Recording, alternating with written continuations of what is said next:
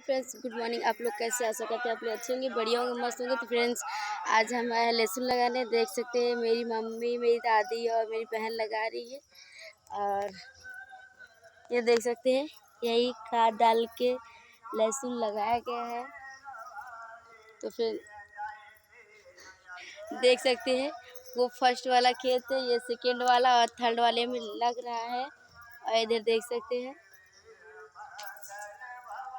क्योंकि मैं अभी घर से आई हूँ, अभी मैंने मतलब लहसुन लगाया है पर उतना नहीं लगाया है। पर देख सकते हैं, बाकी मेरी मम्मी लोग तो सुबह से ही लगा रही है लहसुन। और इस खेत में धनिया बोई जाएगी, इस वाले में।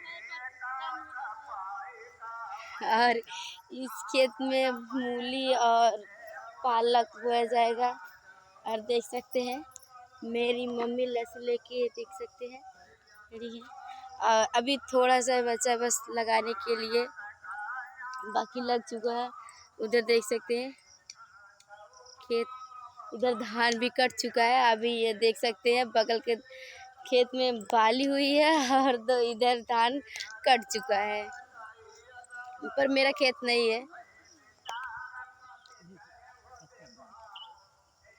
देख सकते हैं सब लोग लगा रहे हैं, आप लोग को और दिखा देते हैं।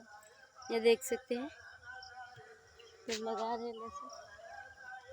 और उधर देख सकते हैं, मैंने आप लोग को दिखाया था मेरा खेत है। ये देख सकते हैं, ये लोग लगा रहे हैं, मेरी दादी बराबर कर रही है।